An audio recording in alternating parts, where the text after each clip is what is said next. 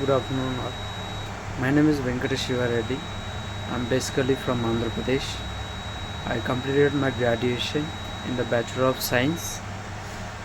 After my graduation, I joined in the Avision Technosorg Private Limited.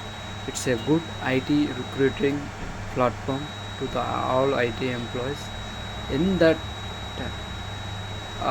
institute, I learned a lot of modules like Windows administration, CCNA, advanced CCNA, and cyber security and ITIL, and all these technical skills and soft skills and all communication skills. I learned a lot from Avision team.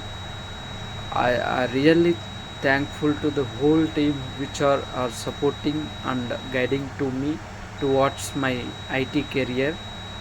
And finally I got selected in TCS Tata Consultant Service uh, with the package of 2.88 LPA.